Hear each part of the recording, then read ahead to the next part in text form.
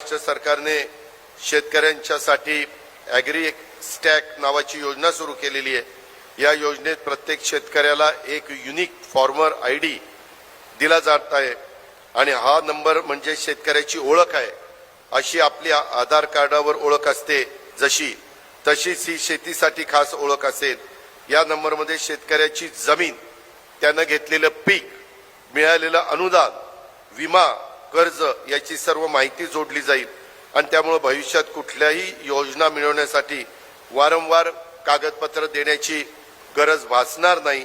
शासन शेतकऱ्याच्या खात्यावर डीबीटी सरळ मदत व योजनांचा लाभ देऊ शकेल।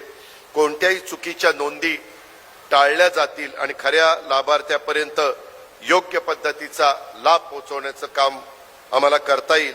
आजपर्यंत या योजनेमध्ये महाराष्ट्रातील जवळपास 1 कोटी शेतकऱ्यांनी नोंदणी करून आपला नंबर प्राप्त करून घेतलेला आहे।